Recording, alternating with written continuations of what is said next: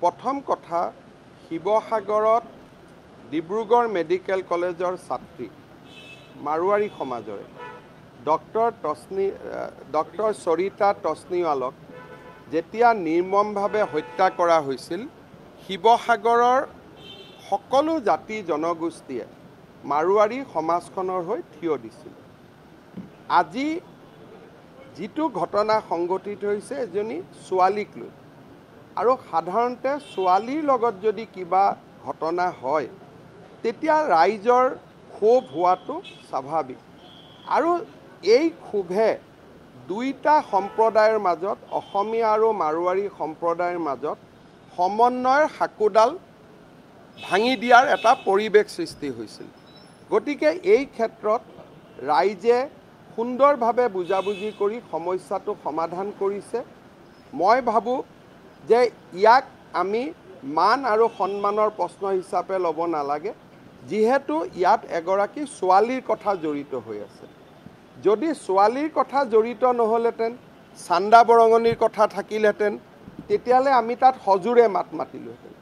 কিন্তু চান্দা বৰঙণিৰ কাৰণে এইটো ঘটনা হোৱা নাই, ছোৱালী এজনীৰ কাৰণে ঘটনা হৈছে। আৰু শিৱসাগৰৰ অসমীয়া সমাজখনে মাৰোৱাৰী সমাজৰ ছোৱালী এজনীৰ লগতো যেতিয়া দুৰ্ঘটনা হৈছিল তেওঁলোকৰ লগতো অসমীয়া সমাজখন থিয় দিছিলে।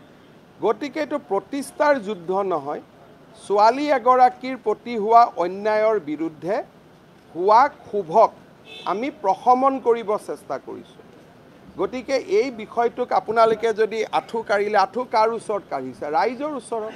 ৰাইজতকৈতো ডাঙৰ কোনো নাই। গতিকে ই কোনো প্ৰতিষ্ঠাৰ বিষয় নহয়। মই মাৰোৱাৰী সমাজখনকো আহ্বান জনাম যে এইটো আপোনালোকেও প্ৰতিষ্ঠাৰ বিষয় হিচাপে নল'ব, কাৰণ আমাৰ সৰিতা তছনিৱাল আমাৰ ছোৱালীজনীৰ ওপৰত যেতিয়া ঘটনা হৈছিল শিৱসাগৰৰ একেবোৰ দল সংগঠন তেওঁলোকৰ লগতো থিয় দিছিল। আৰু যোৱাকালি গোটেইকেইটা দল সংগঠনে কৈছে যে আজিৰ পৰা আমাৰ একো নাই, আমি যেনেকৈ আছিলোঁ আমি তেনেকৈ হৈ গ'লোঁ। গতিকে মই ভাবোঁ যে এই ক্ষেত্ৰত ৰাজনৈতিক বিতৰ্ক কৰিব নালাগে। চান্দা বৰঙণিৰ যদি কথা হ'লহেঁতেন তেতিয়া আমি কোনো ক্ষেত্ৰতে এইটো কথা নকলোহেঁতেন।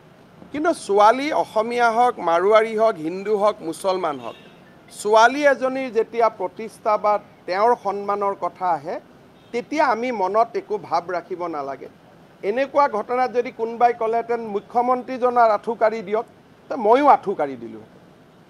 কাৰণ অসমীয়া ছোৱালী হওক, মাৰোৱাৰী ছোৱালী হওক, বিহাৰী ছোৱালী হওক, বঙালী ছোৱালী হওক, ছোৱালীৰ সন্মানতকৈ আমি কোনো ডাঙৰ নহয়। গতিকে কালি যদি শিৱসাগৰ ৰাইজে ক'লেহেঁতেন যে মুখ্যমন্ত্ৰী ইয়াত আহি আঁঠু কাঢ়ক তেতিয়া আমাৰ খংটো কমিব, ময়ো গৈ আঁঠু কাঢ়ি দিলোঁহেঁতেন।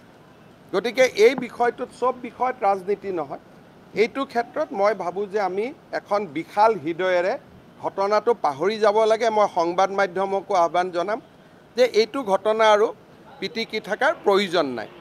লগত মই এটা অনুৰোধ কৰিম, যোৱা দুমাহত 22 গৰাকী অসমীয়া জনজাতীয় ছোৱালীৰ ওপৰত বিভিন্ন ধৰণে সতীত্ব হৰণ কৰাৰ প্ৰচেষ্টা চলোৱা হৈছে আৰু তেওঁলোক বহুকেইজনী ছোৱালী মৃত্যুমুখতো পৰিছে। শিৱসাগৰৰ ৰাইজে যি ধৰণৰ প্ৰতিবাদ কৰিলে, শিৱসাগৰ ৰাইজক মই ধন্যবাদ জনাইছোঁ। বাকী অঞ্চলৰ ৰাইজেও য'তেই ছোৱালীৰ ওপৰত অত্যাচাৰ হয় তেনেকৈ গৰজি উঠিব লাগে। আজি ঢেকীয়াজুলিত ঘটনা হৈছে, ঢেকীয়াজুলিত ৰাইজ গৰজি উঠিব লাগে, বৰপেটাত গৰজি উঠিব লাগে, দুধনৈত গৰজি উঠিব লাগে। 22টা ঘটনা হৈছে যোৱা দুমাহত। গতিকে শিৱসাগৰৰ ৰাইজৰ পৰা আমাৰ নামনি আৰু মধ্য অসমৰ ৰাইজেও শিকিব লাগে। আৰু নামনি আৰু মধ্য অসমতো যেতিয়া ছোৱালীৰ শ্লীলতা হানি কৰা হয়, সতীত্ব নষ্ট কৰা হয়, তেতিয়া তেওঁলোকৰ ওপৰতো সমাজখন বাঘৰ দৰে জঁপিয়াই পৰিব লাগে। দল সংগঠনসমূহে তেনেকুৱা ক্ষেত্ৰতো শিৱসাগৰৰ পৰা শিকিব লাগে আৰু বৰপেটা, দুধনৈ, ওদালগুৰিতো, ঢেকীয়াজুলিতো আমাৰ দল সংগঠনসমূহ জঁপিয়াই পৰিব লাগে।